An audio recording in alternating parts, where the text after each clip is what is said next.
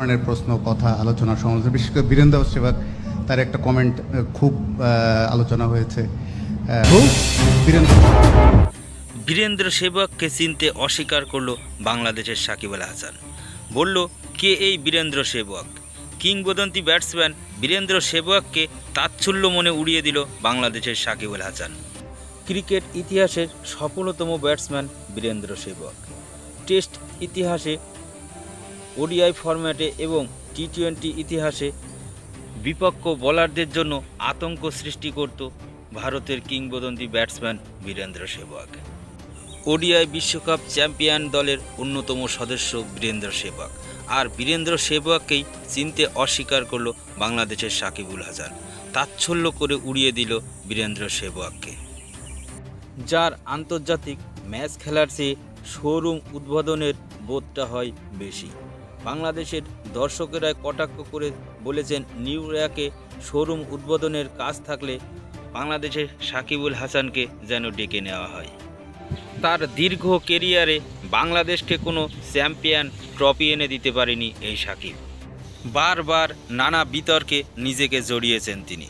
বুকিদের সঙ্গে যোগাযোগ থাকায় নির্বাসিত হয়েছেন সাকিব।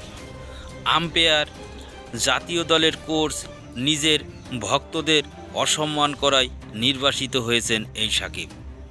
ফলে যে তিনি বীরেন্দ্র সেবককে অসম্মান করবেন, এতে আশ্চর্য হওয়ার কিছুই নেই।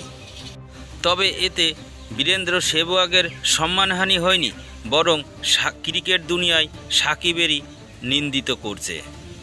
তবে আসুন সেবকের প্রতি কেন রেগে গেলেন সাকিব জেনে নেওয়া যাক। সম্প্রতি সাকিব সম্পর্কে সেবক বলেন, গত বিশ্বকাপের সময় আমার মনে হয়েছিল ওই আর টি-20 ফরম্যাটে খেলার সুযোগ উচিত নয়। ওর অনেক আগেই অবসর নিয়ে নেওয়া উচিত ছিল। তুমি দলের সিনিয়র ক্রিকেটার, তুমি দলের অধিনায়ক ছিলে।